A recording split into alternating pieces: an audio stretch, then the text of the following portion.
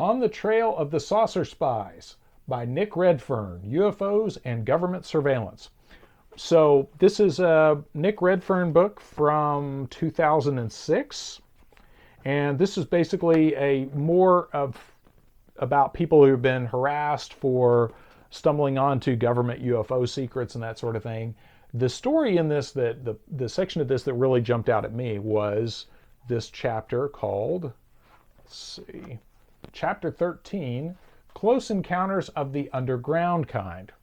And this is a really fascinating firsthand account of a couple of guys who literally broke into a pretty high security underground complex in England, RAF Rudloe Manor. And I think that's right. And then, of course, were harassed for it. And you can find, he doesn't publish them in here, but you could find, if you take the information from this book and Google these guys, you can find some really good color photos that they took while they were stuck in there, I think for a few hours, while they were trying to figure out how to escape, because they got in, set off a bunch of alarms, then had to figure out how to get back out.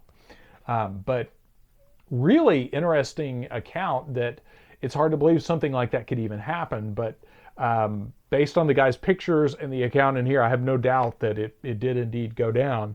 They didn't see any aliens or anything like that, but it is fascinating to see how the security on a place like that works, and just the account of these guys actually literally going into it. So, and as an aside to this, I thought it'd be appropriate to link to my personal trip to Area 51. I'll put a video at the end of this along with Redfern's other book I've reviewed.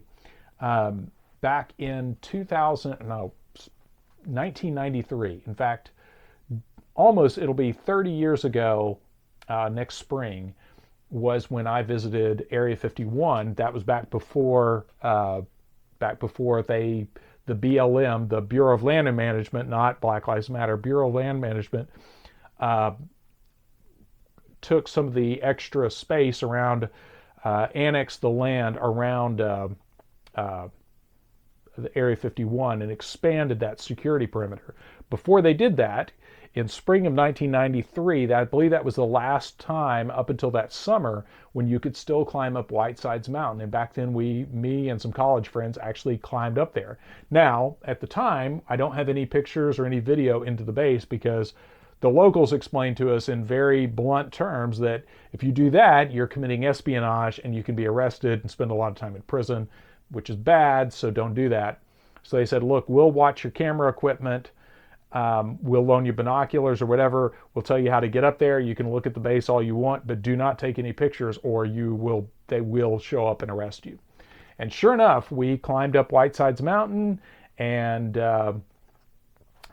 looked in, saw the Air Force Base, and that was back when that was still a pretty top secret sort of thing. And obviously enough so that they went and annexed Whiteside Mountain after that.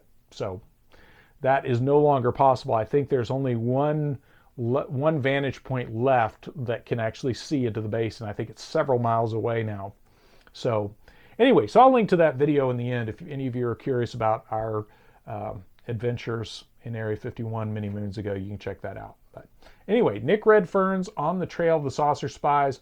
Overall, Nick Redfern's books are generally pretty interesting to read. This one covers a lot of interesting stuff, and there might be some other gems in here that I'm forgetting, but the part about these guys sneaking into this underground facility, that was definitely the highlight for me. So anyway, there you go. Nick Redfern's On the Trail of the Saucer Spies from 2006.